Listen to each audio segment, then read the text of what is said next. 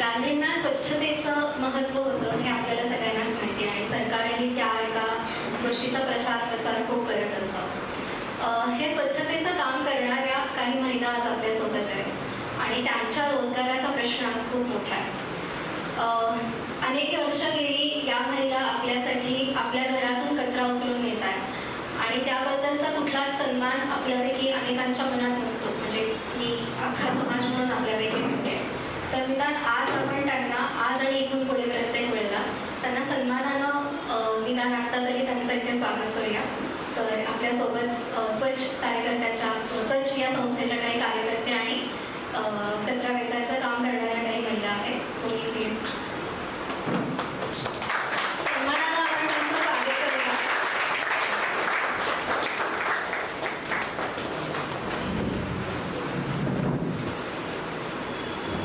आपल्या सगळ्यांच्या घरातून कचरा वेचायचं काम अगदी म्हणजे हातात कचरा घेऊन तो खाली नेऊन मग जिथे कुठे कचरा एकत्र केला जातो तिथपर्यंत न्यायचं काम या महिला करतात.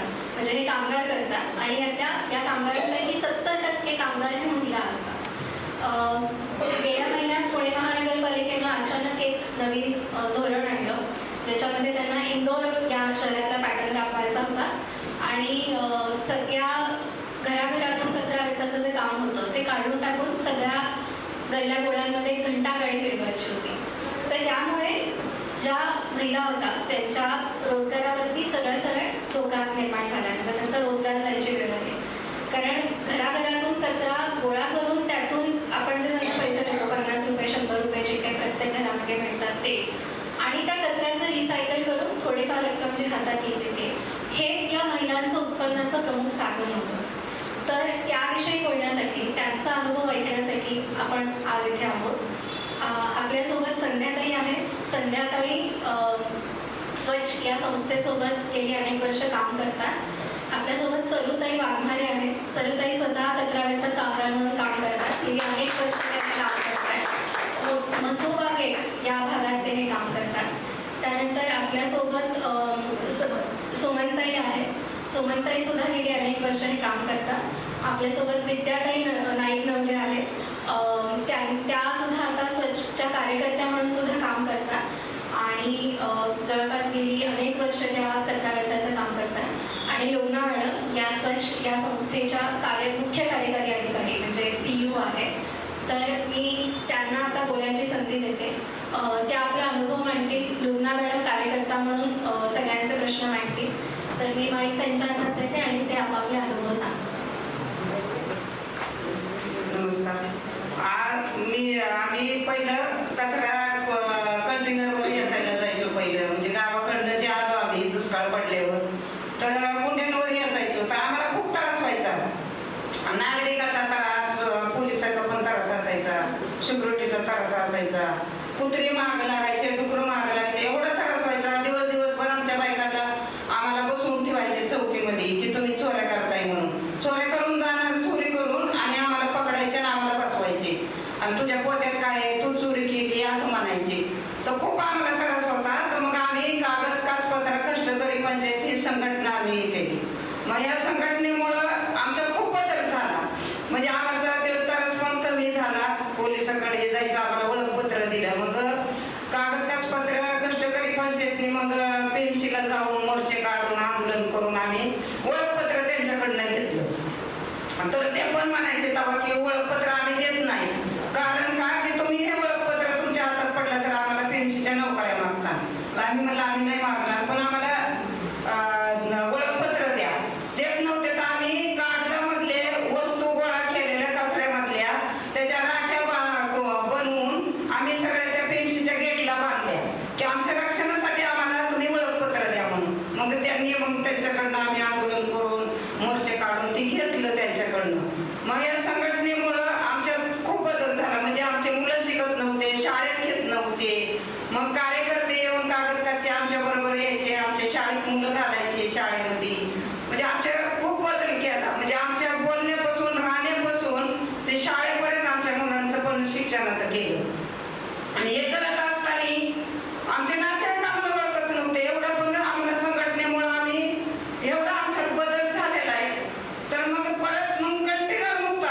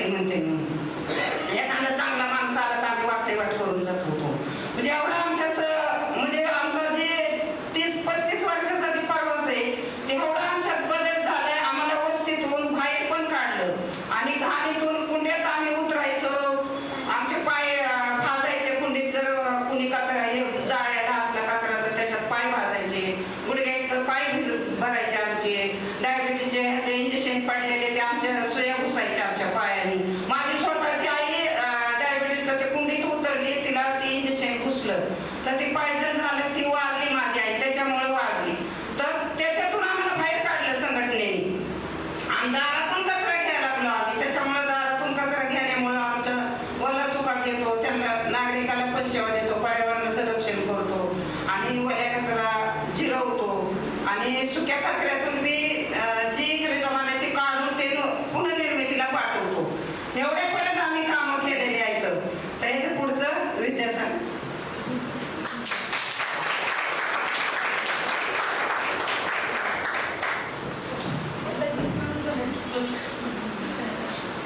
आता सुमनताईने सांगितलं आता म्हणजे आमचा कसा प्रवास झाला. ज्यावेळेस आम्हाला 2005 साली पायलट प्रयोग करा म्हटले त्यावेळेस कंटेनर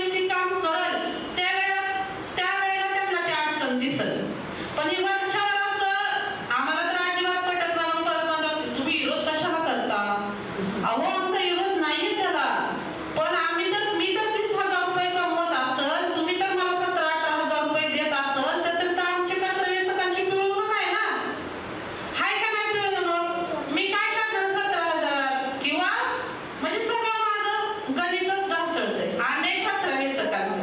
आणि आमच्या अनेक कचरा वेचकांची मुलं ह्याच्यावर शिकले, ती पुढं गेल्यात. अनेक म्हणजे कोणाची मुलं एक नेव्ही मध्ये गेली किंवा नर्सेस, डॉक्टर. आता माझी मुलगी इंजिनियर आहे, एक लॉ करते. म्हणजे अनेक कचरा वेचकांच्या जीवनात एवढा बदल झालाय. मी बसमध्ये चढायला भेट होते, पण मी आता टू व्हीलर चालवते. अनेक कचरा वेचक टेम्पो चालवतात, मुली, बायका. म्हणजे हे सक्षम कुणापासून झाल्या? हे जे आम्हाला अनेक प्रकारची ट्रेनिंग दिली आम्हाला संघटनेने, की म्हणजे आम्हाला काही येतच नव्हतं. म्हणजे ज्या 20 वर्षात होतो ना आम्ही, त्यावेळेस मी कुठे अशी बोलत मला मी 2 माणसाला बोलायला भेटायचे. पण मी आता 400-500 लोकांत मी बोलू शकते. म्हणजे खरा प्रवास आहे हा माझा. आणि अनेक कचरा वेचकांचा जी घडवलंय आम्हाला, ती त्यांना मोडीत काढायचंय. इंदोर पॅटर्नला की पीएमसी विश्वासला काय ती मला तर त्यांच्या मॉडेलची नाव माहिती नीटनेटके. पण काय पीएमसी विश्वासन, इंदोर मॉडेल आणि मग पीएमसी त्यात मध्यस्थी होऊन ते अजिबात योग्य नाही. तुम्हाला तर काम करायचं असेल कचरा वेचकांना धरून करा. आता हे नागरिक असेल, ह्या नागरिकाने असंच पेपरला द्यायचं नाही, स्वच्छ पिळवणूक करतं कचरा वेचकांची.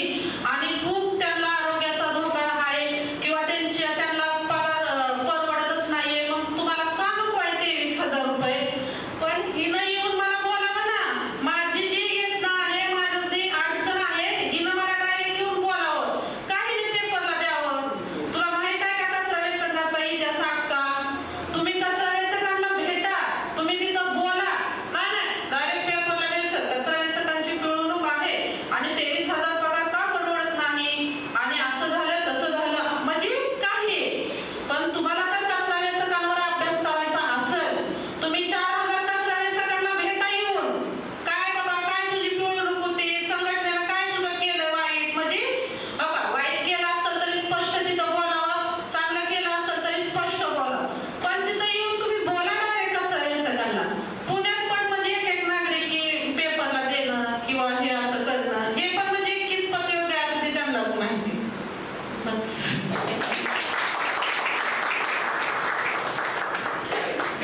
थँक्यू. विद्याताई म्हणताय खूपच चांगल्या बोलल्या. काय बोलायचं खरं सुचत नाही, पण मी 2-3 एकंदरीत जे मुद्दे वाटतात घनकचऱ्याबद्दल ते मांडते. शहर पूर्णपणे स्वच्छ आहे का?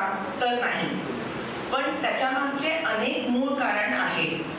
सो आपली जसं विद्यानी सांगितलं, आपली प्रोसेसिंग कपॅसिटी शहराची कमी पडते. आपले शहराचे 300 ते 400 टन दररोज ओला कचरा शहराचा बाहेर पाठवला जातो, वेट वेस्ट टू फार्मर्स म्हणून. अंतर्गत प्रोसेसिंग कपॅसिटी नाहीये. पाऊस पडल्यावर रस्ते खराब होतात, मग ती गाड्या परत येत नाही, बरोबर घसरतात, परत येत नाही. आणि मग 2-3 दिवस आपल्या शहरामध्ये ओला कचरा उचलला जात नाही. सो कचरा वेचक दारोदारी जाऊन गोळा करतात, त्यांच्या फीडर पॉइंट्सला आणतात आणि फीडरला गाडी येत नाही कचरा उचलायला. सो अशा प्रकारची समस्या आहे ज्याच्यामुळे संकलित केलेला कचरा रोडवर येऊन पडतो, कारण आपली घनकचऱ्याची जी यंत्रणा आहे ते कमी पडते. जसं विद्यार्थ्यांनी सांगितलं, आपल्या हातात ढकलगाडी, बकेट, ग्लव्स 3 वर्षापासून आपल्याला भेटले नाही. आणि आता शहर म्हणताय की पुणे शहर स्वच्छ ठेवायला 200 कोटी काय, आणि स्वच्छ चालवायला जे 6 कोटी लागतात ते आम्हाला सुद्धा भेटत नाही. पण शहर स्वच्छ करायला म्हणजे यंत्रण मोडायला 200 कोटी आहे. विमाननगरमध्ये स्वच्छचं पर्याय राबवण्यासाठी 20 गाडी उपलब्ध, पण नगर रोड भागात फीडरची गाडी 40% उशिरा येते आणि 20% येतच नाही गेल्या 2 आठवड्यापासून. म्हणजे आहे ती यंत्रण चालवायला गाडी कमी पडतात, पण स्वच्छ मोडायला आणि इंदोर पॅटर्न चांगलं दाखवायला 20 गाड्या आहे 2,000 घरासाठी, 20,000 घरासाठी. सो जसं विद्या म्हणतीये, एक छोटं कोठीला खूप शायनी आणि चांगलं दाखवणं खूप सोपं आहे आणि शहराला करायचं आहे तर ते करतील सुद्धा. पण आमचं नक्की मत आहे स्वच्छ म्हणून की जी दारोदारी सेवा आहे, जे ढकलगाडी मार्फत कचरा वेचक सेवा पुरवतात, त्याच्यात फक्त कचरा वेचकांची नाही पण शहराची पण हित आहे. सो नागरिकांना खूप चांगली प्रकारची सोय भेटते ज्यांना दारोदारी सेवा भेटते. सो मी पचऱ्यावर राहते, माझी कचरा वेचक दारापर्यंत दररोज येते. आता कचरा वेचक काढून घंटागाडी जर आणलं तर ते घंटागाडीचं खर्च 130-140 रुपये असेल, जिथे मला आता 90 रुपये द्यावा लागतो घरपोच सेवासाठी. सो कमी सोय होणार आहे, जास्त खर्च होणार आहे, पण या गोष्टी आपल्या शहराचे नागरिकांची चर्चा न करता आणि विशेष करून कचरा वेचकांची चर्चा न करता केली जात आहे. जे PMC विश्वासचा उल्लेख विद्यार्थ्यांनी केला. सो त्या आयुक्तांना पण कळलं आहे की इंदोर म्हटल्यावर सगळ्यांचा विरोध आहे, मग ते स्वतःचं पुणे शहराचं ब्रँडिंग दिलं आहे PMC विश्वास. सो इंदोर पॅटर्न म्हणायला नको, सर म्हणतील की नाही आम्ही पुणे पॅटर्न राबवतोय. सो ठीक आहे, आम्ही पुणे पॅटर्न म्हणूया. सो त्या PMC विश्वासमध्ये एक खूप वाईट गोष्टी होत आहे की कचरा वेचकांच्या हितासाठी आम्ही करतो आहे असं दाखवली जात आहे. सो ही गोष्ट अगदी वाईट वाटते आपल्याला, कारण आपलं काम खराब दाखवून, आपलं जो खरं प्रवास आहे ते छोटं दाखवून बायांसाठी 17,000 बस झालं आणि बायांना घंटागाडीवर लावणं हे त्यांच्यासाठी प्रगती झाली या प्रकारे दाखवतायत, जे अजिबात सत्य नाही आहे. सो एकतर पगार, विद्यार्थ्यांनी तर सांगितलंच आहे की पगार लोकांना परवडणार नाही. म्हणजे मूळ मुद्दा हा आहे की 20 वर्ष काम करून लोकांची प्रगती झाली आहे, सेवा शुल्क पण भेटतात आणि भंगारावर पूर्णपणे अधिकार आहे. म्हणजे अख्ख्या स्वच्छचं जर तुम्ही उलाढाल म्हणजे स्वच्छ संस्थेचं टर्नओव्हर पाहिला तर 120 ते 130 कोटी असेल. त्याच्यातले 6 कोटी मनपाकडनं येतात कर्मचारी म्हणजे माझ्या आणि संध्यासाठी लोकांच्या पगारासाठी, आणि बाकीचे 120 कोटी डायरेक्टली प्रत्येक कचरा वेचकांच्या हातात जातो. ठेकेदार आणल्यावर काय होत आहे, काम तेच होते, पण जे प्रॉफिट आहे, जे कामाचं सरप्लस व्हॅल्यू आहे ते ठेकेदारांना जातं, ते भांडवलदारांना जातं. कचरा निवडणार कामगार, पण सेल कंपनी करणार. म्हणजे कष्ट कामगारांचं जास्त होणार पण त्याचा फायदा कामगारांच्या हातात जाणार नाही. सो एक उदाहरण देते. आता कचरा वेचक दारोदारी जाऊन कचरा गोळा करतात आणि सुक्या कचऱ्यामध्ये जे काही सेल करता येतं ते सेल करतात आणि नागरिकांकडनं सेवा शुल्क मिळतात. एकदा आपण गाडी लावल्या आणि ठेकेदार आणलं, युजर फी बंद केले आणि टॅक्स मार्फत केले. मग कामगारांना पैसे द्यायला एकच संधी आहे, पगार. किमान वेतन आणि भंगार आतापर्यंत मी ऐकलं नाहीये की परवानगी दिलेला आहे. सो किमान वेतन आहे ना, तर भंगार कसं काय द्यायचं? सो किमान वेतन भेटणार. आणि जे या मॉडेलमध्ये नागरिकांवर जबाबदारी राहते ते विस्कळीत होणार आहे. आता नागरिकांची जबाबदारी आहे ओला आणि सुका वेगळा करणं आणि कचरा हँडओव्हर करणं. उद्या 8 तासाचे कर्मचारी आहे, मग रोडवर पडू दे जेवढं कचरा पडतोय, आम्ही रात्रपाळी करून शहर स्वच्छ करूया. सो कुठेतरी ही पद्धत सुरू आहे शहराला स्वच्छ ठेवायला. नागरिकांवर आपल्या मॉडेलमध्ये न देणारे जे घरं आहे, ज्याचा विद्यार्थ्यांनी उल्लेख केलं, न देणारे घराचा काय उपाय आहे? नागरिक डिफॉल्ट करत आहे, कचरा देत नाहीये, युजर फी द्यायचा नाही म्हणून ते कचरा जाऊन टाकतात. 1 टाइम टाकायची सवय नाहीये, 2 टाइम टाकतात म्हणून कचरा येऊन रोडवर पडतो. पण नागरिकांवर म्हणजे जे ऍक्च्युली कचरा करतायत त्यांच्यावर कारवाई न करता कचरा होऊ दे रोडवर, पण आम्ही कामगारांना लावू ना स्वच्छ करायला, या प्रकारची सिस्टम राबवायचं ते म्हणतायत. सो मान उंचावणं खूप लांबचं गोष्ट झालं. ऍक्च्युली घाणीत काम करून शहर स्वच्छ दाखवणार, पण जे कामगार आज स्वतःच्या संस्थेमध्ये मालक म्हणून, individual entrepreneur, individual business woman म्हणून ते काम करताय, ते मोडून काढून आता तुम्ही 8 ताससाठी आहे तर मी सांगितलं तर तुम्ही क्रॉनिक स्पॉट निवडायचं, मी सांगितलं तर तुम्ही प्लांटवर जाऊन निवडायचं, मी सांगितलं तर तुम्ही गाडी भरायचं, आणि म्हणताय की कचरा वेचकांसाठी आम्ही मान उंचवणार आणि आम्ही पगार देणार आणि त्यांची सोयी करणार. सो हे शहर स्वच्छ ठेवायला कचरा वेचकांचं शोषण होणार आहे असं आम्हाला दिसतंय आणि याच्यामुळे आम्हाला खूपच भीती आहे. विमाननगरमध्ये जसे ते पुढे गेले, आपल्याला न सांगता, म्हणजे आपण सगळे गेलो आहे वारंवार आयुक्तांशी बोलायला आणि गेल्या 2 महिन्यापासून ते आम्हाला सांगत होते की अरे तू पेपर का वाचते, काही पण छापतात ते, नाही करतोय आम्ही काही इंदोर पॅटर्न, बरोबर लक्ष देऊ नका. आणि 1 सप्टेंबरला परस्पर त्यांनी गाड्या पाठवले, म्हणजे कचरा वेचक अक्षरशः जात आहेत कचरा उचलायला. मनपानी अधिकृत केलेली कचरा वेचक जातीये आणि तिच्या गल्लीत मनपाची एक गाडी फिरतीये आणि जाहीर करत आहे की मनपाची ही सेवा आहे, आता तुम्ही यांना कचरा नका देऊन फ्रीची गाडी सुरू झाली आहे. म्हणजे स्वच्छला फॉर्मली काही न सांगता परस्पर ऑल्टरनेट सिस्टम सुरू केली जिथे स्वच्छची सिस्टम ऑलरेडी सुरू आहे. म्हणजे डायरेक्ट डिस्प्लेसमेंट आणि एक्सक्लुजन त्यांनी केलं आहे विमाननगरमध्ये.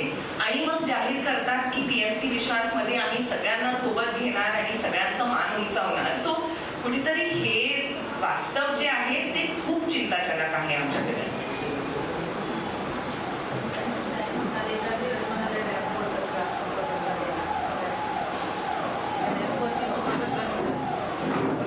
सो आपल्याला अनेक विद्यार्थ्यांनी जसं सांगितलं, एक मूळ चिंता आहे की एक गाडी 5 ते 6 लोकांचं काम करते, एक गाडीवर एक काम राहणार आहे, तर राहिलेले 4 ते 5 लोकांचं काय होणार आहे. त्याच्यावरती किमान वेतन म्हटल्यावर बायांना ते परवडणार नाही. आणि बरेच लोकांचं असं नाही की जास्त पैसे पाहिजे आहे, म्हणजे स्वतःचं काम करून तेवढं पैसे ते आज कमवतात. सॅलरी स्लिप नाहीये दाखवायला की माझं 30,000 आहे, जसं बरेच आमच्या लोकांकडे असेल की माझं 30,000 आहे तर मला 30 द्या. यांच्या हातात तसं नाही आहे. सो त्याचा फायदा घेऊन ते म्हणतील की नाही तुमच्यासाठी 17,000 बस आहे. सो हे पूर्णपणे शोषण आहे. भंगारवर अधिकार राहणार का? भंगारवर अधिकार आहे तर ते नेमकं कसं राहणार? विमाननगर बायांसोबत 2 दिवसापूर्वी चर्चा झाली की भंगार काढायचं कसं. गाडी फिरतीये, मी गाडी सोबत आहे, पण मी गाडीवर चढून म्हणजे कंटेनर सारखंच झालं ना, म्हणजे खाली गाडीमध्ये जाऊन काढायचं, बरोबर. नाहीतर आणि गाडी मग टिप्पर गाड्या असतात तर ते टिप होतात कंपॅक्टर मध्ये, मग निवडायचं कसं? तर म्हणायला ठीक आहे की भंगारावर अधिकार आहे, पण त्याच्यासाठी काही सोयी सुविधा नाही. सो काढणं अशक्य आहे. आणि शेवटी प्लांटला जाऊन नेपरासारखे मोठ्या कंपनी ते विकतील आणि ते स्वतःचं प्रॉफिट करतील, पण आपलं काम तेवढंच राहणार आणि आपल्याला जास्त तासामध्ये कमी पैशाचं काम करून घेणार आहे. आणि शहर मात्र स्वच्छ दिसेल. आपलं स्वच्छच्या आत्ताच्या मॉडेलमध्ये जे म्हणजे आपल्याला खूप वाईट वाटतंय की जे त्रुट्या आहे आणि आहेत त्रुट्या ते सुधारणा न करता, म्हणजे इथे 20 कोटी टाकून सुधारणा न करता 200 कोटी टाकून पर्याय यंत्रणा राबवणं हे खूप वाईट गोष्ट आहे. सो करायला गेलं आणि एक गांधी जयंती निमित्त अजून एक खूप आयरॉनिक आणि सॅड गोष्टी आहे की गांधीजीच्या नावाखाली जे स्वच्छ भारत अभियान राबवली गेली आहे आणि स्वच्छ भारत अभियानच्या अंतर्गत जे स्वच्छ सर्वेक्षण म्हणून स्पर्धा आहे ही आपले सगळे प्रशासकीय अधिकाऱ्यांसाठी खूप मान सन्मानची गोष्ट झाला आहे. म्हणजे कुठलं शहर 1 नंबरवर येणार आहे, कुठलं शहर इंदोरला धक्का देणार आहे. सो याच्या मागे सगळे अधिकारी जेन्युइनली त्यांच्या स्वतःच्या प्रशंसासाठी मागे पडत आहे आणि ते करायला शेवटी शहर किती स्वच्छ दिसतो, किती यंत्रणीकरण आम्ही आणतो, किती QR कोड आणि स्मार्ट गोष्टी आम्ही ऍड करतो, किती RFID कोड वापरतो, किती वॉर रूम्स आहे आणि आपल्याला सगळं GPS ट्रॅकिंगवर दिसतो, यांच्यासाठी मार्ग असतात. तुम्ही रँकिंग पाहिल्या तर ऍक्च्युली शहर किती स्वच्छ आहे किंवा नागरिक खरं ओला सुका करतात की तुम्ही 200 कोटी खर्च करून रोड स्वच्छ दाखवतात, हे अर्थात नाही आहे स्वच्छ सर्वेक्षण मध्ये. आणि कुठेतरी गांधीजीच्या नावाखाली ही स्वच्छ सर्वेक्षण जे राबवली आहे त्याच्या मागे पळूनच स्वच्छला मोडून काढायची वेळ येत आहे आता. सो हे खूप आयरॉनिक आणि सॅड गोष्टी आहे. आपण जसं दूधवाला आपल्या घरी दारात येतो दूधवाला येतो, पेपरवाला येतो, तसा स्वच्छता माणूस तुमच्या दारात येतो. जर आता जर रस्त्यावर गाडी आली, पेन्सची जर आली गाडी, तर आपल्याला योग्य आहे का गाडीला कचरा द्यायचा? आणि कोणी स्वयंपाक करत असं, कोणी ऑफिसला जायचंय, नोकरीला जातोय, तर आपण ती काय असते आपली उरकून पळायची, तर त्या गाडीला कचरा द्यायला आपलं शक्य होणार आहे का? कुणी स्वयंपाक करतं, कुणी काय कामाला निघतं, कुणी जॉबला जातं, मग ती गेल्यात आपल्या गाडी येणार नाही, येण्यात येणार का आपल्या गाडी? बरं आपल्याला एक 10 मजली 3 मजली बिल्डिंग आहे का, तर मग तिथून आपल्याला माहिती पडणार का ती आलेली? मग तो कचरा कुठं टाकायचा? मग आपण रस्त्यावर जाता जाता टाकणार ना. गाडी आपल्याला येण्यात नाही भेटली तर आपण काय म्हणतो, चला जाता जाता कुठं तरी टाकून देऊ. मग हे योग्य आहे का आता? आणि टाकलेला कचरा ती घाण नाही का दिसणार? ते कोण उचलणार? मग ती घाणच होणार आहे ना. पगारी कर्मचारी उचलणार.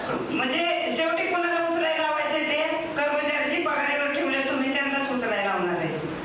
म्हणजे असे त्यांचे जर हे मॉडेल जर असेल तर कितपत योग्य आहे त्यांनाच माहिती आहे. आता हे आम्हाला तर नाही कळत ते त्यातलं. म्हणजे एवढ्यापर्यंत त्यांचं हे. आणि पुन्हा टॅक्स वाढणार.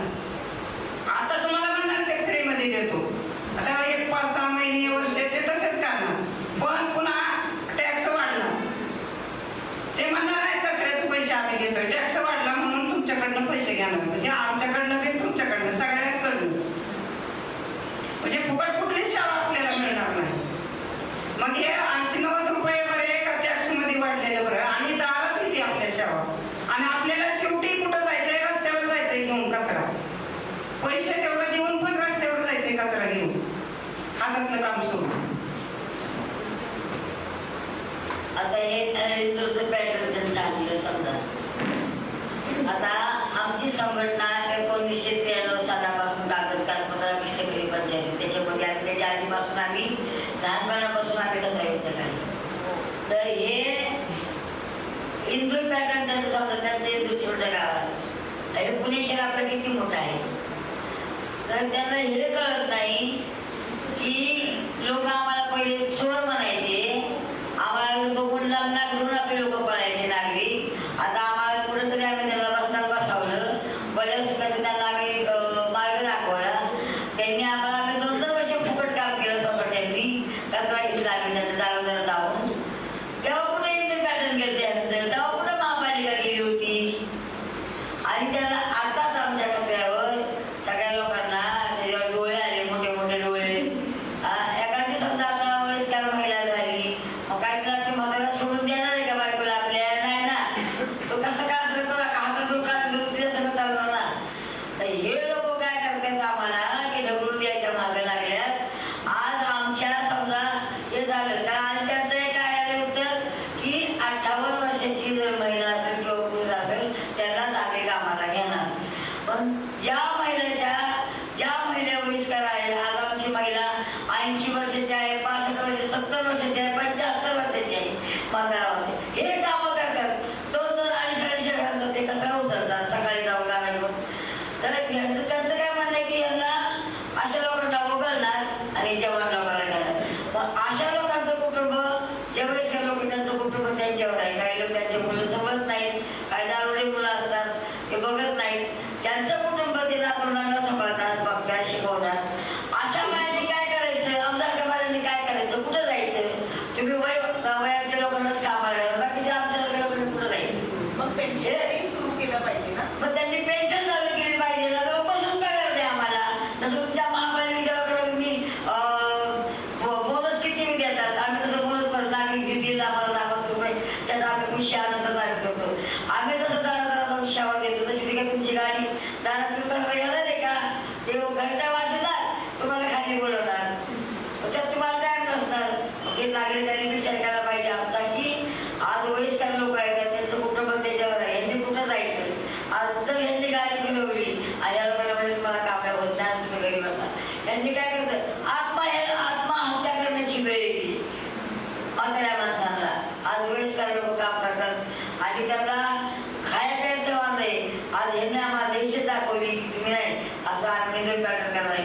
आज आमची पिढी ह्याच्यामध्ये गेली. माझ्या 4 पिढ्या कचऱ्याच्या जगामध्ये गेल्या.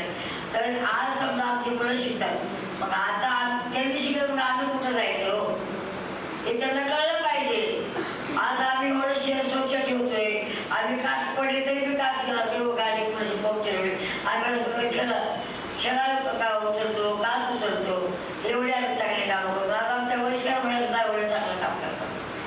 आम्हाला त्याला विचारायचं की प्रश्न विचारायचे की त्यांनी आमचा काहीतरी विचार करावं ते आणि तुम्ही सगळ्यांनी बी आमचा विचार करावं की तुम्ही काय प्रश्न मांडावा काय बोलावा तेवढंच आम्ही सांगतो.